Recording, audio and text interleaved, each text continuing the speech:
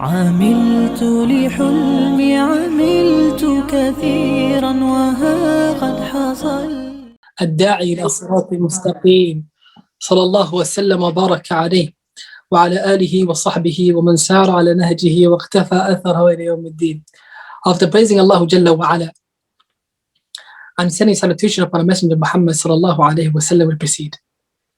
And alhamdulillah that Allah Tabarak wa Ta'ala has gathered us here this evening. And we ask Allah Tabarak wa Ta'ala to make this a blessed gathering. And we ask Allah Jalla wa Ala to make us from those who are forgiven in this gathering. And we ask Allah Jalla fi'ula to make us from those who attain the mercy of Allah Tabarak wa Ta'ala, and to make us from those who hear the speech and follow the best of it and act upon it. إنه ولي ذلك القادر عليه. أيها الإخوة والأخوات, we are in our series of the character of the Muslim, covering the characteristics of the Muslim. And of course, in this series, we can't cover all the characteristics that the Muslim must adhere to. However, we chose some of the important characteristics we thought that the believer should have, or are extremely important. And we thought that we need to shed some light on these characteristics and these manners and these etiquettes, because they kind of have been forgotten to a certain extent nowadays. In our last lesson, we spoke about al-amana, trustworthiness.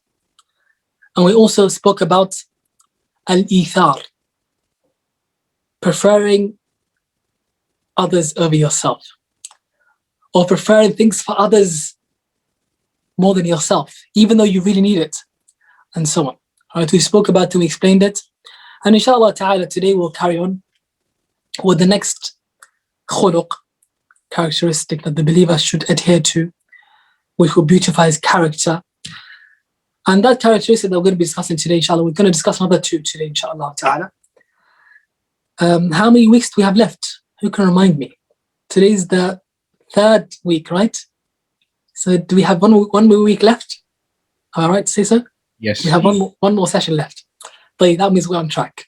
We're going to cover two today, and the last two, inshallah ta'ala, in our next final session, inshallah ta'ala. So we're on track to cover this at the time. So we're going to be discussing today, inshallah ta'ala, the first khuluq, which is khuluq al-hilm. It is called in Arabic al-hilm. Al-hilm, it translates to in English as forbearance. And forbearance is a type of patience. It's a type of patience. Patience, by the way, sabr, okay, hilm is a type of sabr. Sabr, is people, they translate it as patience, but it's a lot more broader. It's broader than patience. It's patient. It is self-restraint. It means so many things, right? Forbearance come under that too, being forbearing, hilm. And this is a very important characteristic to have, to be forbearing. And we're going to find out why, inshallah ta'ala. First of all, what is forbearance? What is hilm? Hilm, it is be able to control your nafs, your emotions, and to control your anger specifically, okay? And to be distant from anger, and to return an evil act with a good act. You respond with good acts. That is forbearance. Someone wrongs you, you respond with good acts. Instead of doing the same thing to them or worse, you respond with good. That is forbearance. However, this does not mean that you accept humiliation, and you accept being belittled, and you accept oppression. It doesn't mean that, okay? What it means is that you avoid insulting people and using vulgar language, and bring yourself down to the level of those who do these evil acts. That's what it means, right? It means that you overlook them, okay? Now, that is hilm, that is forbearance. It is to control the nafs, the soul, specifically to control your anger and these emotions that can make you hysterical at times, and to respond to wrongdoings with good responses, good acts. That is al-hilm. And it doesn't mean that you allow people to humiliate you or to transgress against you, by the way, like many people may think. It doesn't mean that at all. طيب. The status of forbearance in Islam. What do we know about the status of forbearance in Islam? Number one, know that al-hilm, forbearance, it is an attribute of Allah Azza wa Jal. Allah Azza wa Jal, He describes Himself in the Qur'an, وَاعْلَمُوا أَنَّ اللَّهَ غَفُورٌ حَلِيمٌ. Know that Allah Tabaraka wa Ta'ala, He is Ghafur, the most forgiving and the forbearing one, right? And the forbearance of Allah Azza wa Jal, it is that Allah Azza wa Jal, He sees us disobeying Him and going against His commandments. And then Allah Tabaraka wa Ta'ala, He gives us time. He does not punish us straight away. He does not hold us accountable straight away, but rather He gives us time to rectify our actions, to return to Allah, to turn back to Allah, etc. Right? Halim, forbearing, Jalla wa Ala. Secondly, Al-Hilm, forbearance. It is min akhlaqil anbiya. It is from the characteristics of the prophets.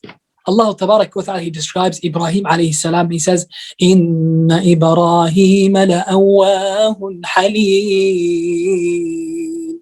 Very Ibrahim, he's awwah, when he constantly returns to Allah Azza wa Jal. Halim, forbearing. Right? The prophets and messengers were forbearing. Our messenger Muhammad alayhi salam, he's from the most forbearing of people. He would see those who do wrong, or they would do things that are unacceptable at times. But he sallallahu alaihi wasallam would not show anger, but rather those who did something that's inappropriate out of ignorance, he would teach them. He would not retaliate with anger and so on, and punish them and so on. Right? He was extremely forbearing, sallallahu alaihi wasallam. You know the many narrations that are reported from the Messenger alayhi salam. One example, I'll give you two examples. An example, it is that one day the Prophet alayhi salam was sitting with his companions, and a man walked in, and he started urinating in the masjid. Right? The Sahaba, they all ran, right, to go attack him and to stop him by force. The Prophet ﷺ said, let him finish, because this man was a Bedouin. He didn't know any better, ignorant.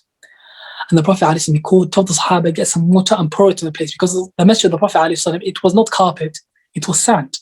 So they poured water on the place he urinated on. And then he called the man and he educated him about the masjid. He told him, this place, the house of Allah, it's a place for worship and salah and dhikr of Allah. It's not befitting for you to make it dirty with filth and so on.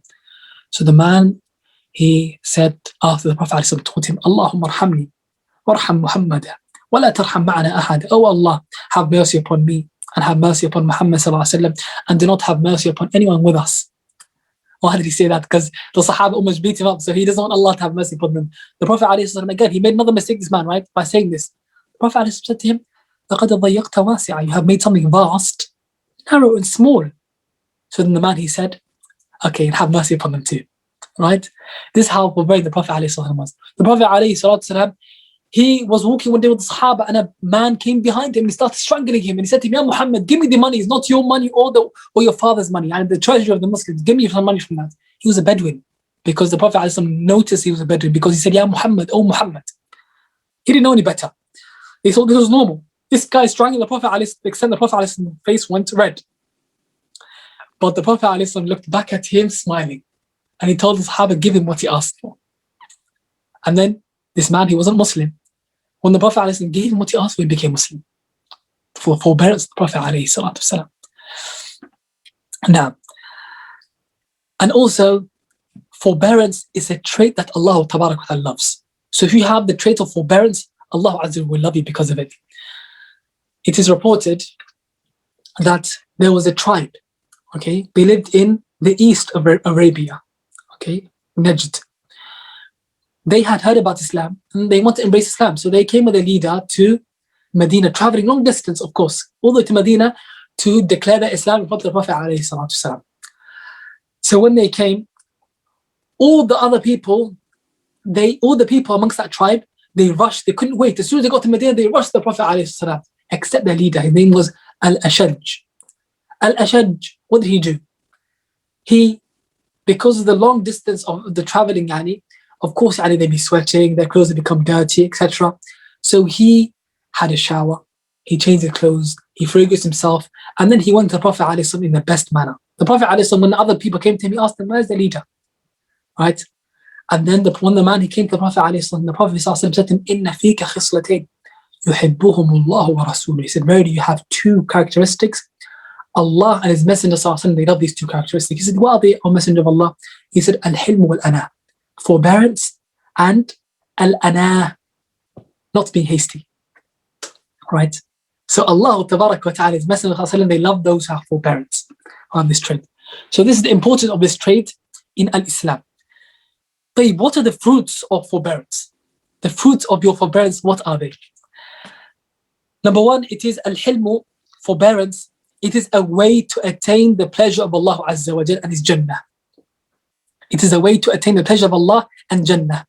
Because the Prophet alayhi salatu wasalam, he says in hadith, "Man kadhama ghaydan wa huwa qadirun ala an yunaffidha, da'ahu Allah Azza wa Jal ala ra'us al-khalaiq yawm al-qiyamah, yukhayyiruhu min al-hur al-'ain ma sha'."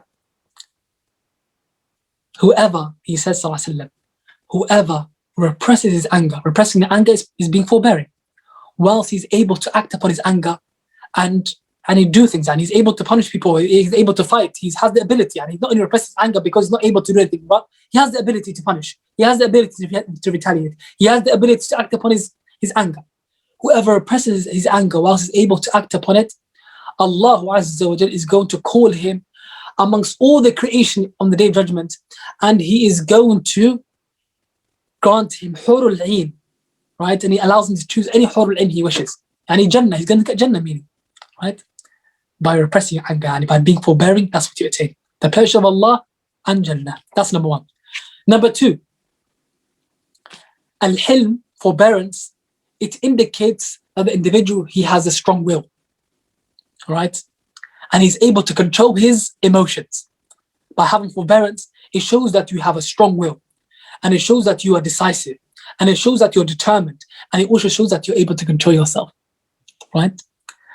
And the Prophet ﷺ, okay, the more forbearing you are, the more tolerant you will be, and the more able you are able to control yourself. Right? In fa'alat, your reactions and so on. The more able you'll be able to do that.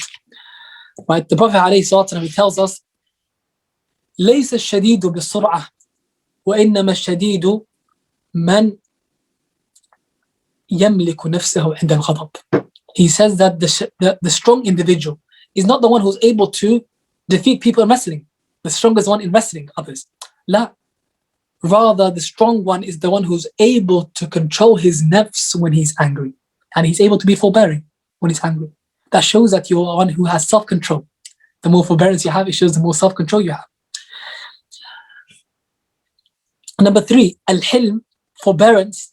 From the fruits of forbearance, it is that through forbearance you'll be able to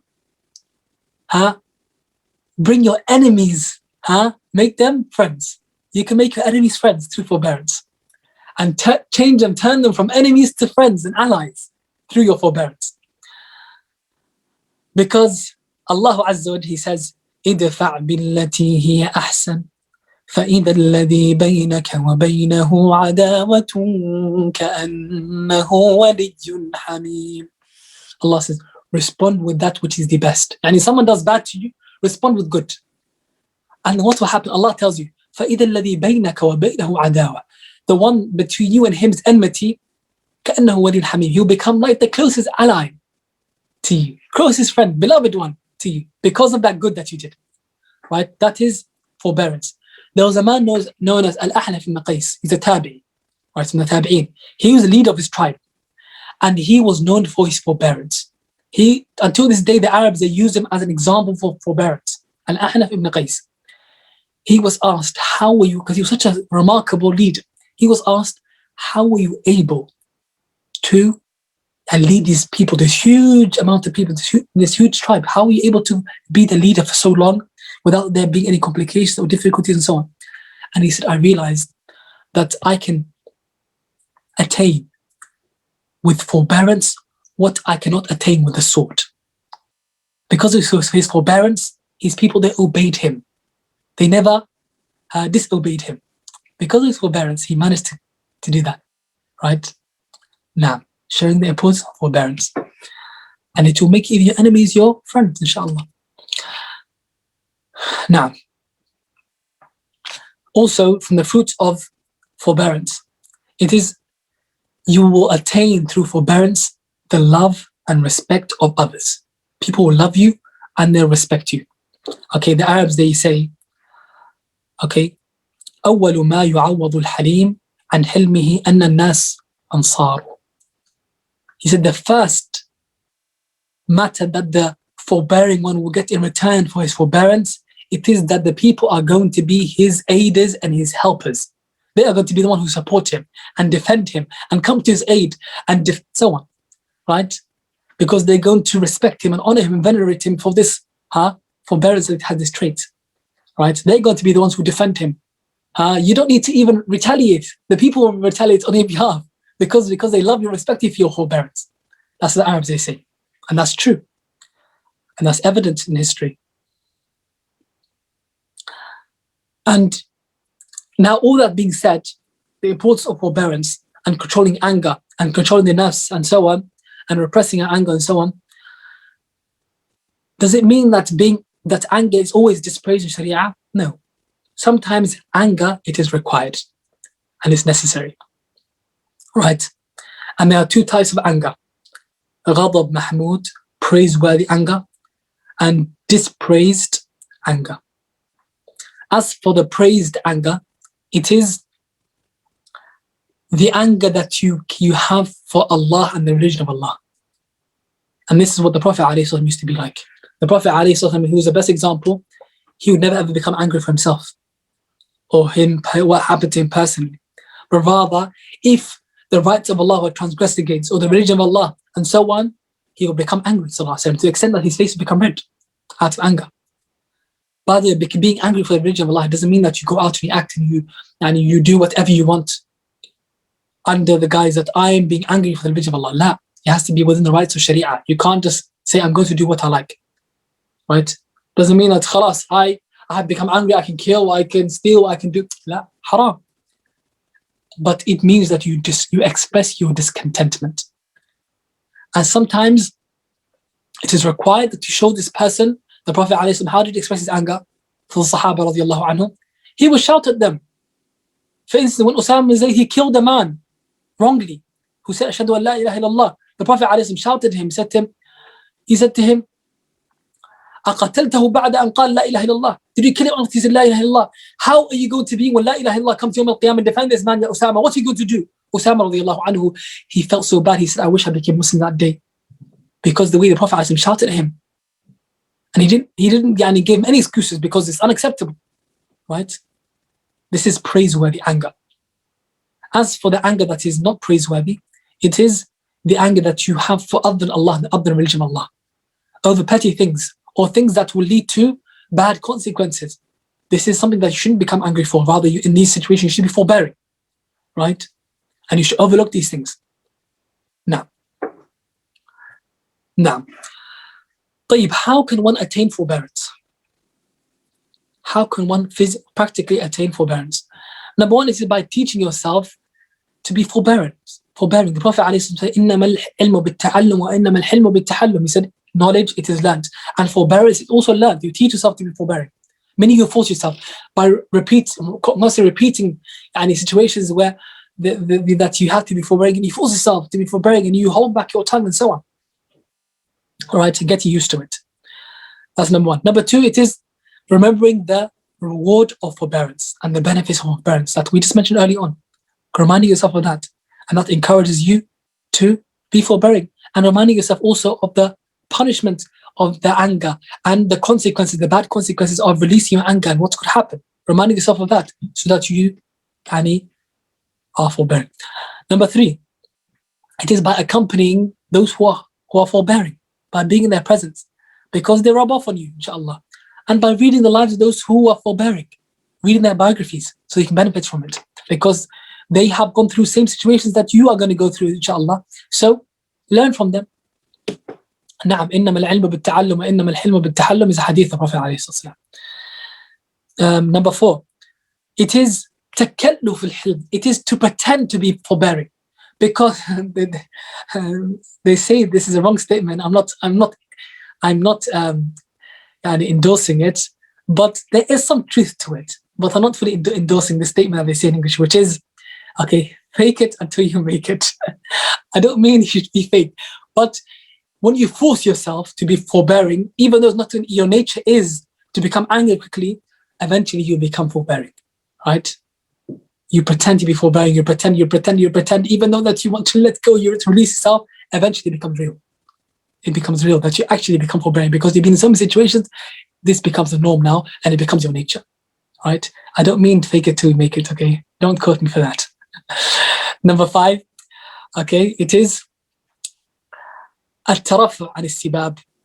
It is to avoid and to raise yourself above, okay, vulgar language, okay, and everything that is considered that is considered bad etiquette, that can lead to anger and fighting and quarrels and so on. That you rise above that, right? And this is how the believer should be. The believer shouldn't be using vulgar language or insulting people and so on, right? Insults and all that stuff, which subhanAllah nowadays has become normal, widespread. The people, they use vulgar language like it's normal. And he would be speaking to you and he would say so many, he's speaking to you normally, he's trying to explain something to you, but he's using so much vulgar language. Okay, you're thinking, is this person trying to fight you or is he explaining a concept to you? La ilaha illallah, this is terrible that our tongues have become so used to saying it that we just normal now. It's been normalized. The believer does not engage in that. And this is actually, by using this vulgar language, it actually encourages you, because of the nature of the language, it encourages you to react in a vulgar way when you are put in certain situations, that you actually become angry and you start off by using the vulgar language you're used to. You insult the person, which eventually escalates the situation. You actually might fight and you might actually hurt someone, and it may lead to some things that you regret. Now, so this is the characteristics of al-hilm, forbearance, which is a very important characteristic that we need to have. I hope that's understood, inshallah ta'ala. Are there any questions regarding forbearance? If you do have any questions, write them down at the end, ask them, inshallah. Anything that you didn't understand regarding forbearance and so on, write them down at the end, we'll answer them, inshallah ta'ala. We'll move on to the next characteristic that the believer needs to have. And this is, if not the most important one, out of all the ones we mentioned so far, which is khuluqul hayah. It is the characteristic of al-hayah, modesty and shyness. Okay? It is the head of all good character. Good character, everything has a head. The head of good character, it is hayah, modesty and shyness. Right? If you don't have modesty and shyness, then you have no good character. Because if your head is chopped off, then you're dead, right? That means that your good character, it doesn't exist if you don't have hayah. Right? And it is what beautifies your iman. Hayah. Rather, without hayah, there is no iman. Or there's lack of iman. And it is Islam. Islam is hayah. The Prophet ﷺ, he said, إِنَّ لِكُلِّ دِينٍ خُلُقًا. Verily, every religion has a specific characteristic etiquette that we should observe.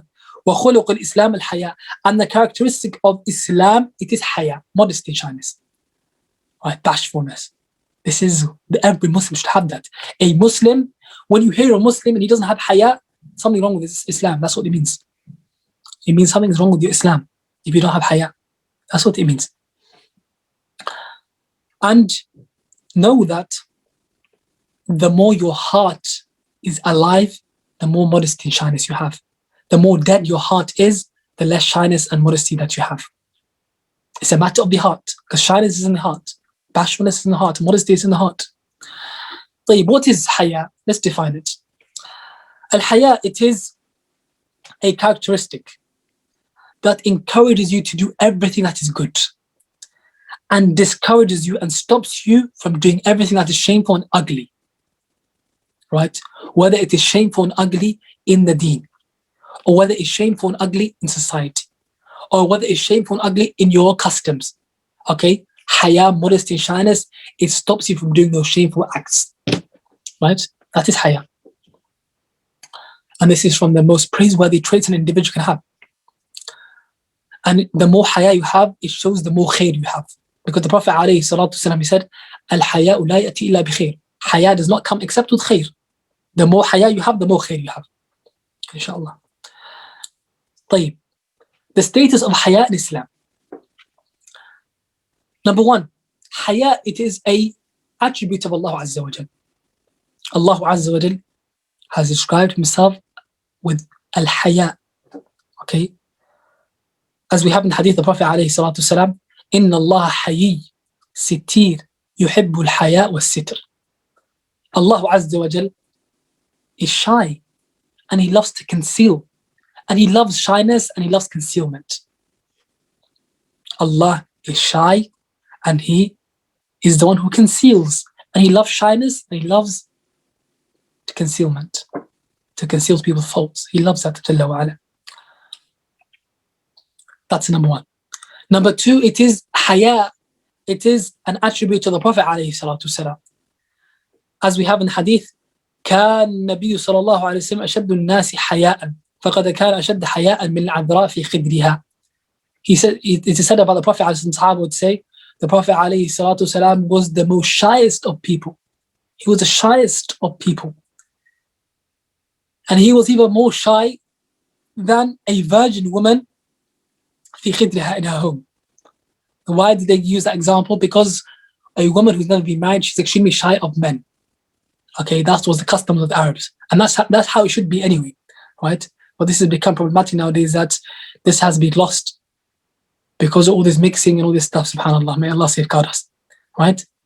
Even more, the Prophet ﷺ was even more shy than a woman who has never been married, a virgin woman who's never been married, who's in her home, right? Now, that's the second matter. Thirdly, it is that Hayah, it is khuluq al-Islam. It is the attribute of Islam. The Prophet ﷺ was asked, he was asked, Ya Rasulullah, is Hayah part of the deen, part of the religion? And then he said, yes, Hayah is part of the deen. And then he went quiet and he said, بل الحياء الدين كله. He said, rather Hayah, it's all of deen. All of Islam is Hayah. If you don't have Hayah, that means that you're lacking some Islam. Your Islam is not intact. Something's wrong. You need to rectify it.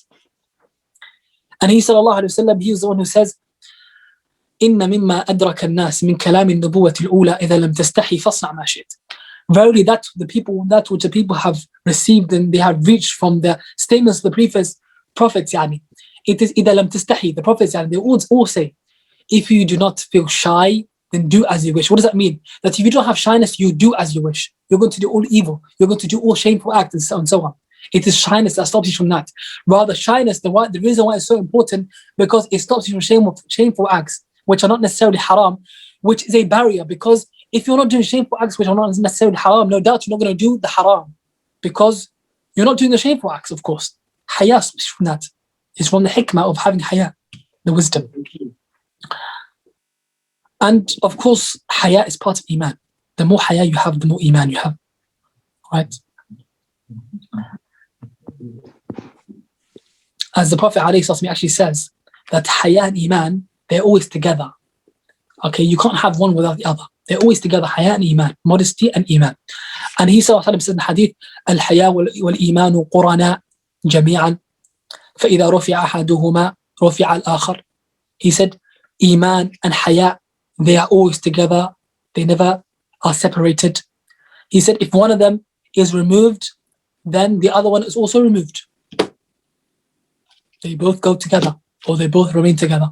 It's not I have iman and I have no hayah. لا. نعم. طيب. There's a misconception that many people they have, that they think it is being shy, right? And this is not in reality shyness. This is not from shyness. What is it that is not from shyness?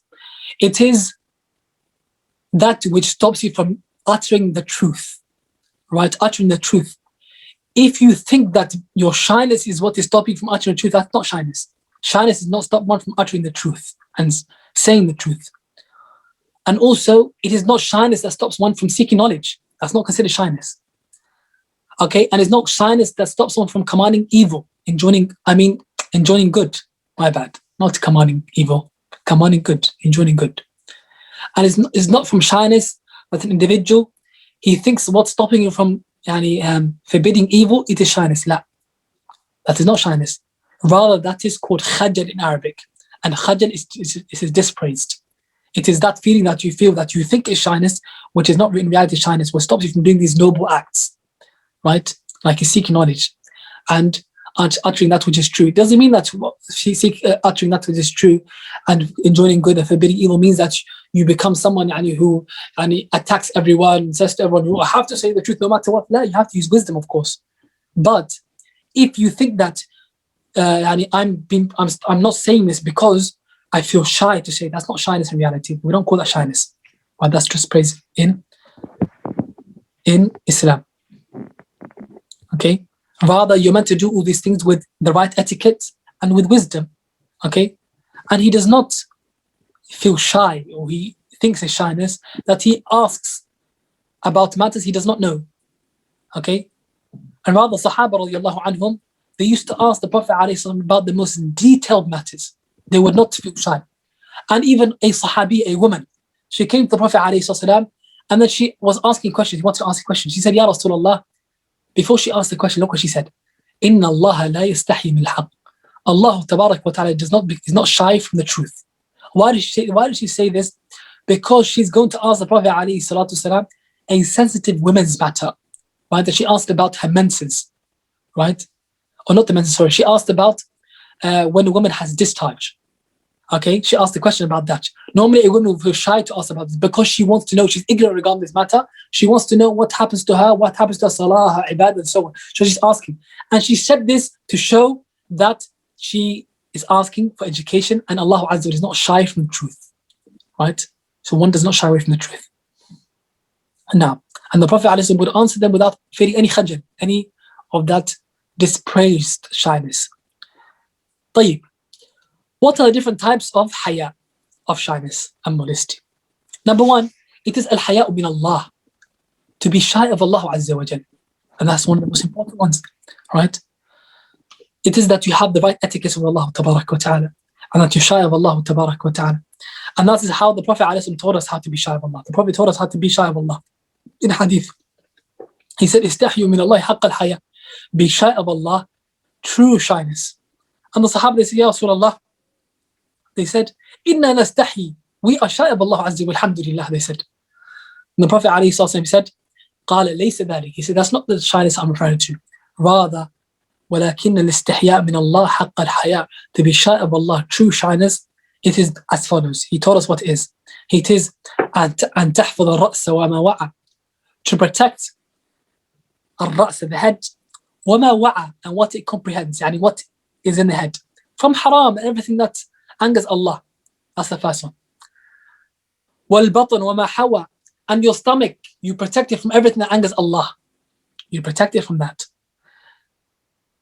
وَلِتَذْكُرُ الْمَوْتِ وَالْبَلَى. And that you constantly remember death. Right? You know that you're going to leave this world. You remind yourself of that. Okay? وَمَنْ أَرَادَ الْآخِرَةِ تَرَكَ زِينَةِ الْحَيَاةِ الدُّنْيَا. And whoever seeks the hereafter, he leaves the adornments of this life. Okay? فَمَنْ فَعَلَ ذَلِكَ فَقَدْ اسْتَحْيَا مِنَ اللَّهِ حَقَّ الْحَيَاةِ. Whoever does that, these matters, he has been shy of Allah, the true shyness. What are they? Let's repeat them. It is to protect your mind and your head from haram and what angers Allah. Okay? Also, it means by not consuming things and ideologies that are haram. Okay? By believing in things that are haram, or by having certain ideas or ideologies that are against Islam. You protect your mind from that. That is being shy of Allah. That is part of being shy of Allah. So these ideologies would contradict Islam. You can't have these ideologies, some of them, would contradict Islam. For instance, feminism. Okay? Feminism contradicts Islam 100%. If you say that I'm a feminist, okay, you can't be Muslim and feminist. It's impossible. Because this ideology, it is one that is fighting what Islam has come with. That is number one. These other ideologies, like you have liberalism, right, secularism, etc. They are ideologies that would go against Islam. If one adopts these ideologies, he has not been shy of Allah Azza wa Jalla, the true shyness, because he has not protected his mind from adopting these ideologies. طيب. وَالْبَطْنُ وَمَا حَوَى. And the stomach and what it contains. Meaning that you do not consume anything that's haram. You don't fill your stomach with haram. If you do so, you're not shy of Allah Azza wa Jalla, true shyness. And that you remember death often, that you constantly remind yourself of your true destination. That stops you from doing the previous matters, doing haram and what angers Allah Azza wa Jalla. And if you are one who truly seeks the akhirah, you leave the adornments of this world. And you're not attached to dunya. Even if you have good, when you're living a comfortable life, you're not attached to it. It's not in your heart, it's only in your hands. Right? Whoever does these things, he has been shy of Allah, true shyness, as we have in that hadith. That is the first type of shyness, which is to be shy of Allah. The second type of shyness, it is al-haya min Rasulullah sallallahu alaihi wasallam, to be shy of the Prophet alayhi salatu wasalam. How does one be shy of the Prophet alayhi salatu wasalam? It is by following his sunnah and sticking to his sunnah strictly, adhering to it, and by following everything the Prophet ﷺ taught us, what he taught us in Islam, obeying him and staying away from his disobedience, so on. That is what it means to be one who shy of the Messenger ﷺ. If you go against the Messenger ﷺ and you do not obey him and you contradict his sunnah and you don't adhere to it, then you're not shy of the Messenger ﷺ. Number 3, the third type of shyness, it is al-haya'u min al-malaikah, to be shy of the angels. The Muslim, he's shy of the angels. He should be shy of the angels. Some of the Sahaba did say, "Inna ma'akum man la yufariqukum, fastahyu minhum wa akrimuhum." The Sahaba would say, there are those who are with you who do not ever leave you. The angels who always accompany you. Right? Allah says in the Qur'an, "Lahu mu'aqqibatu min bayni yadayhi wa min khalfihi yahfazunahu min amri Allah." There are angels who are on your left and right who record your deeds, and in front of you and behind you, they believe he has angels. Right? Those in front of you, behind you, protect you from harm. And the one on the right and left, they record your deeds. These angels are always with you, right? So these angels, the Sahaba will say, be shy of them. They will say, be shy of them. And when you're shy of them, they will say, be shy of them, وَأَكْرِمُوهُمْ, and honor them. Honor them how? By not doing anything that's shameful in their presence or anything that's haram, right? If you haven't remembered, Allah can see you, then remember that the angels are with you, right? You are exposing this evil, right? It's part of being shy of the angels. The fourth type of shyness, it is al-haya'u min nas, to be shy of the people. And what does this mean? The Muslim should be shy of the people how? فَلَا يُقَصِّرْ فِي حَقُّ وَاجِبْ لَهُمْ. You fulfill their rights towards them. You don't have shortcomings when it comes to their rights, right? وَلَا يُنْكِرُ مَعْرُوفًا صَنَعُوا مَعَهُ. And you do not deny any good that they have done for you. You do not disregard any good that they have done for you. You give them their rights, their due rights. And the good they have done for you, don't disregard it. Rather, you praise them and you thank them for their good. This is part of being shy of the people, right? Rather, one who disregards the rights of the people and does not give them their rights, and the one who does not, who's not grateful for the good that the people do for him, he is not shy of the people. He does not have shyness. He's lacking that hayah, right? That's the fourth type. The fifth type, it is al-istihya'u min nafs, to be shy of your nafs, of yourself. And how does this come? Okay, ويكون هذا الحياء بالعفة والصيانة الخلوات وحسن السريرة. And this is, how are you shy of your nafs? This is by being one who protects himself from doing haram, especially when he's alone by himself. That you feel shyness. How can I do this? You say, this is not befitting for me to do. This is evil. This is munkar, this is haram, etc. And having a beautiful private life, just like you have a beautiful public life. That is how you are shy of your nafs. طيب, what are the fruits of hayah? What do you get in return? What do you get if you are someone who has hayah? Number one, Allah tabarak wa ta'ala will love you, because Allah loves al-hayah. The Prophet alayhi salatu wasalam, he tells in the hadith we mentioned early on, Allah yuhibbu al-hayah, he loves modesty and shyness. Right? So Allah will love you if you have this trait. That's the first. The second, it is al-hayah la yati illa bi khair. That hayah does not come except with khair, meaning that the more modesty and shyness you have, the more khair you attain in your life. The more goodness you attain in your life, inshaAllah ta'ala. Number three, it is that hayah, it will lead you to Jannah. As we have in the hadith of Prophet alayhi salatu wasalam, he said, al-haya'u min al-iman wal-imanu fil Jannah. He said, hayah, it is part of iman, and iman is in Jannah, meaning it will lead you to Jannah, inshaAllah. Number four, okay, it is يترتب عليه تعظيم حق الله ثم حق المجتمع. From the fruits of iman, it is that of hayah, it is that you will be someone who's shy, and because of your shyness, you will venerate and glorify Allah more, and also the rights of, so you honor and glorify and venerate the rights of Allah, and you also protect and observe the rights of society because of your hayah. One will not transgress against others and won't do things that are evil or which are shameful and so on because of his hayah. He will make sure that he doesn't do that. This is from the fruits. that people will be shy of each other, meaning they won't transgress against each other, they won't oppress each other, they won't do shameful acts to each other, and so on. Right? Now, how does one attain al-Hayah practically? Okay, number one, it is that Hayah, it can be innate, that you are born with it. But you have to develop it. Meaning that you have to develop that shyness that you have, the modesty Allah created you with, that you make it stronger. You make it stronger. Right?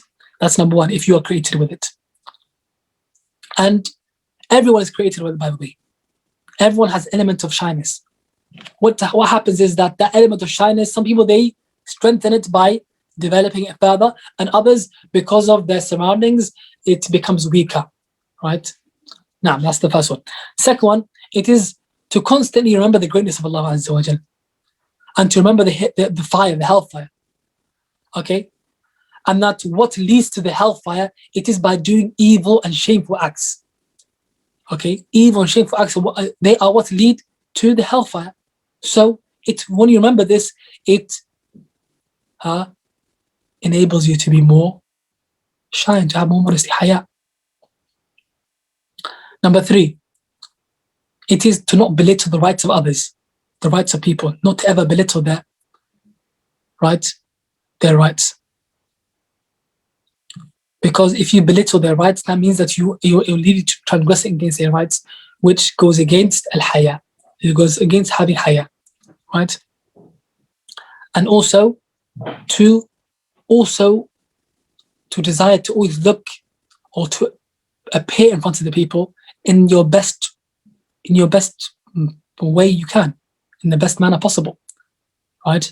This is what encourages one to have Hayah, right? For instance, I'll give you an example. There are certain things which are not haram, but people don't do it because it doesn't look good in front of people, right? And it's part of Hayah, by the way. It doesn't mean it's haram. For instance, as an individual, he walks around and he eats in the streets, and he talks with his mouth full, right? That's not haram. If someone did it, he wouldn't be sinful, but it's shameful, right? People don't like that sight. So an individual, he should desire to always look his best in front of others. That encourages him to have more shyness, inshallah ta'ala. Number four, it is mujalasati ashab al-Hayah, to accompany those who have modesty, to be around them in their company, those who have good character, and to benefit from their biographies and their lives and those who preceded us, so to see how they were, and to try to imitate them in that aspect, so that you could be a person who has more Hayah. Uthman radiallahu anhu, he was known for his extreme Hayah, modesty, to the extent the Prophet ﷺ would say, كيف لا أستحي من رجل تستحي منه الملائكة? How can I not be shy of a man who the angels are shy of? Uthman, the angels were shy of him. That's how shy he was. If you're shy, others will be shy of you too. Uthman radiallahu anhu said that when he would be alone in his home, he would want to change his clothes. When he would be changing his clothes, he would hide in his home. There's no one there. He would hide, and even when he would change his clothes, he wouldn't just completely strip naked. Rather, he would even cover his awrah. Even there's no one there who's going to see it. He would cover his awrah as he's changing. He would expose it. Why? Because he would be shy of Allah. He would say, Allah can see me. I don't want to appear like that in front of Allah. Look at that shyness.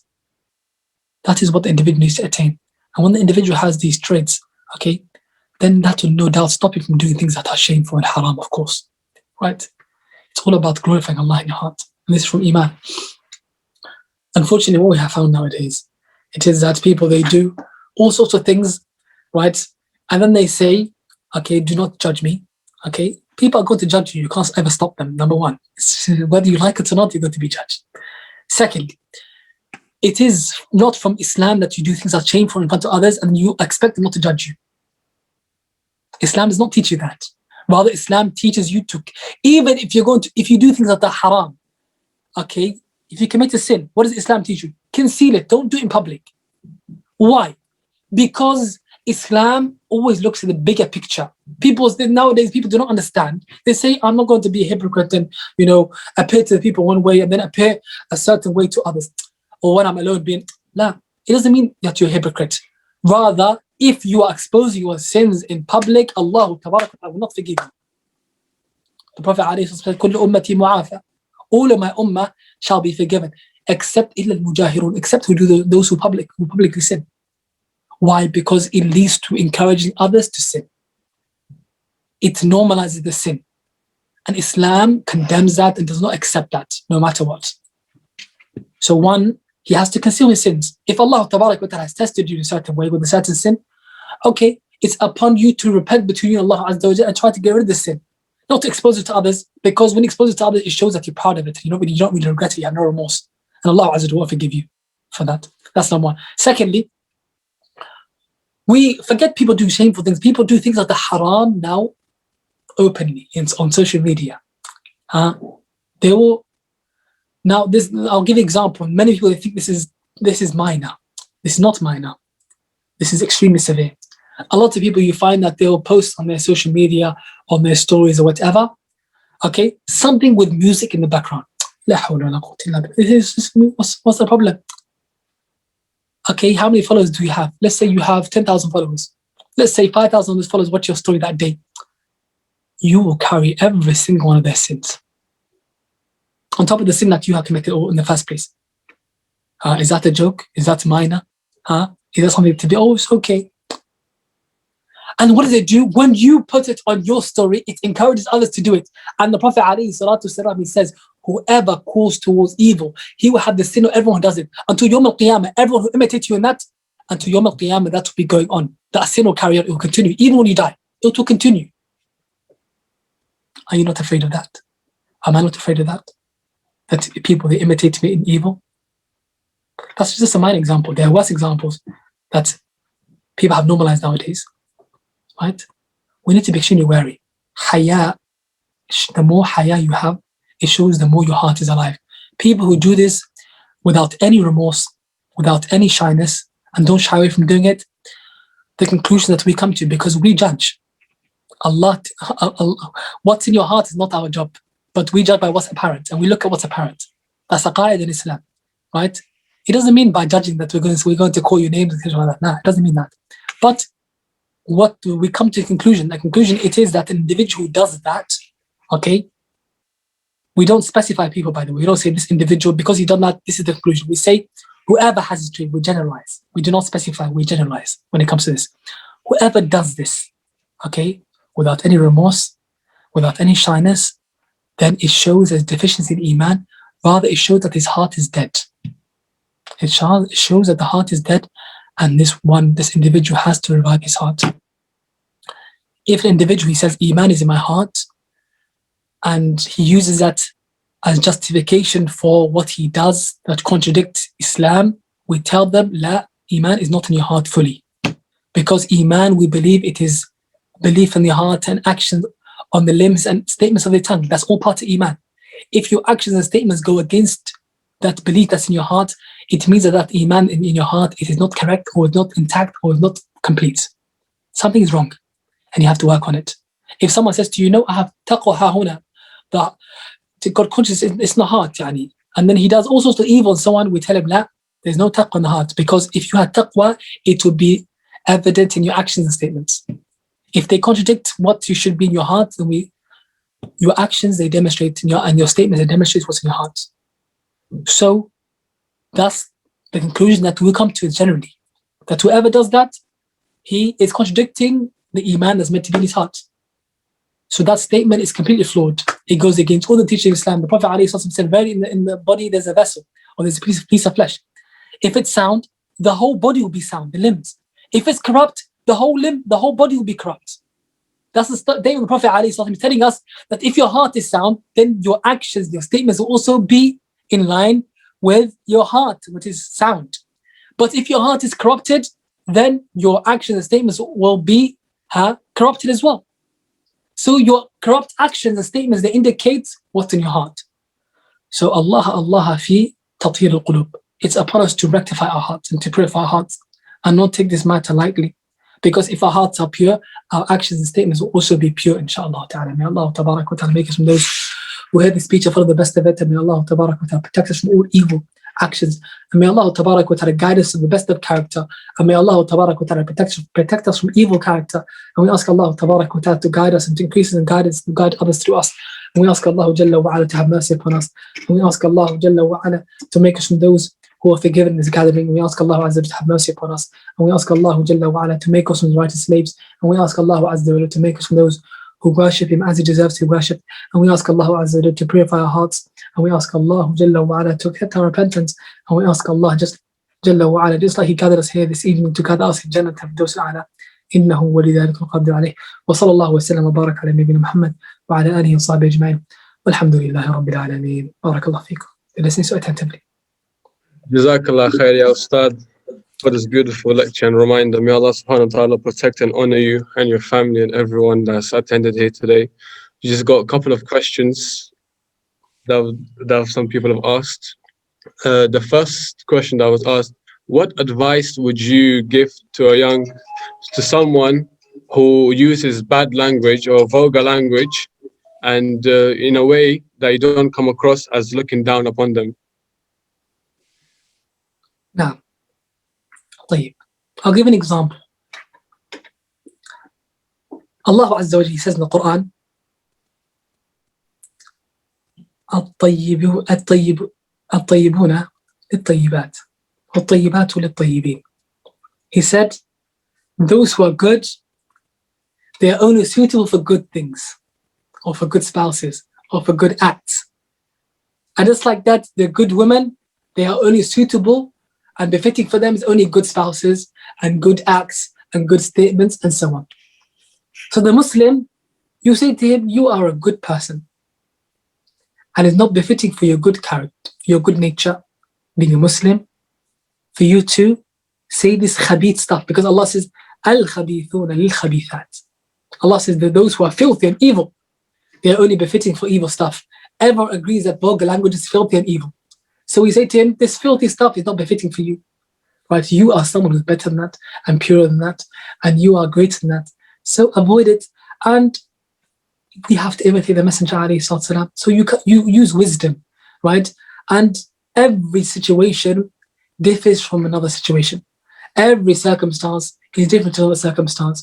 And the approach you have with each individual is different to another person, because you have to use wisdom. Wisdom, it is placing the right thing or doing the right thing at the right time in the right way, and so on. That is wisdom.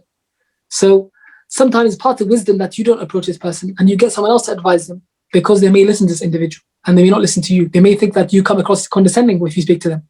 So get someone that they listen to and they listen to their speech. It doesn't have to be you sometimes. That's part of wisdom, and so on. So that's such a general answer. I can't give you any, because it always depends on the person. So I can't give you a specific answer. But the general approach is that you should take a soft approach with soft language, inshallah. That is the default position when it comes to advising people and speaking to people. It's that you address them softly, not harshly. Now, Jazakallah khair. Another question is, what advice would you have for young people regarding Hayah when it comes to mixed environments? now, as we mentioned, early on, and the individual part of having Hayah is that you know your limits. It is knowing the limits, right? So if you are someone who does not have Hayah, that means you exceed the limits when it comes to mixed environments. What by mixed environments, I assume they mean both genders mixing, right? In like university setting and so on, right? Naturally, there are certain settings that you can't avoid that are going to be mixed. You can't avoid. Like you have in university, for instance. But it is upon the believer that he knows his limits. He does not transgress those limits. Meaning that he does not talk to the opposite gender without any necessity. He does not just joke with them. He does not joke with them. Oh, this is inappropriate. Rather, this goes against Hayah. A person who does that, who just jokes with them, and he just sits with them and just mingles with them and talks to them without any necessity, this goes against Hayah, and it means this person does not have Hayah. Because the one who has Hayah, he only interacts with the opposite gender when there's a need, when there's necessity. It doesn't mean haram totally. You can interact with the opposite gender if there's a need. What does it mean that there's a need? It means that you cannot fulfill something that you are in dire need of except by interacting with them. That's what it means. Only by interacting with them is the way you can feel that dire need that you require. So then Islam allows you to interact with them, but within the boundaries, meaning that you ask what you need by being polite, of course, And not going further than that and just making conversation for a reason now. Because Islam, it prevents it so that we do not normalize it. So then things like zina become normal. It's to protect us from falling to haram. And this is part of Hayah. Now, Wallahu alam. Jazakallah. And then another question is, if an unmarried person has inappropriate thoughts towards the opposite gender, is that going against the idea of being shy with Allah and going against the right of that person? And how would you advise fighting these thoughts? Nah, okay, these have inappropriate thoughts. Okay, if a person has inappropriate thoughts about someone else, okay, and so on, first of all, the individual should try to get rid of these thoughts. You should try to get rid of these thoughts, because the more you think about it, the more it may lead you to acting upon it. An individual, if he thinks of these things, he's not sinful. He's not sinful. However, once you act upon it, you are sinful. If you act upon these thoughts, you are sinful. But you need to get rid of everything that reminds you of these thoughts. That may remind you of these thoughts, that may trigger these thoughts. You need to get rid of those things. If it's certain companions, if it's certain settings, etc., leave it. Remove yourself from that environment, remove yourself from that circle of friends, etc., so that you are not reminded of these thoughts. Because if you keep reminding it, eventually shaitan is going to keep reminding you so that you act upon it, and then you have fallen into the sin that you are meant to avoid. Wallahu alam. Now, and it's not transgressing against their rights if you have thoughts about someone else. The moment you transgress against their right is when you act upon that thought, not by thinking about it. By thinking about it, of course, it's wrong, but it doesn't mean necessarily that you have transgressed someone or oppressed them by doing so. Now, Wallahu alam.